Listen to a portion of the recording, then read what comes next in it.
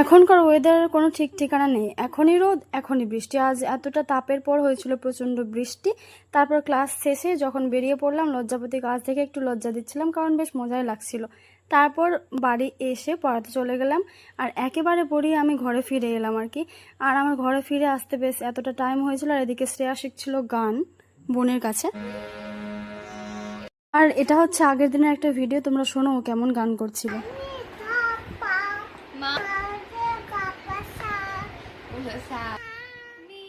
কেমন লাগলো অবশ্যই জানিও কিন্তু কমেন্টে। আর এদিকে ও শয়তানি করছিল, হামাগুড়ি দিচ্ছে ইচ্ছা করে, ও হাঁটতে পারে তবুও। আর এদিকে হচ্ছিল চা, আর শ্রেয়া খাচ্ছিল দুধ বিস্কিট।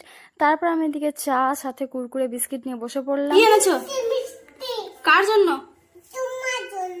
মিষ্টিটা খেলাম, আর মা আজকে এত ভালো ভালো জিনিস রান্না করেছে, তাই খুব তাড়াতাড়ি আমি খেতে বসে পড়লাম। দেখা হচ্ছে নেক্সট কোন একটা ভিডিওতে।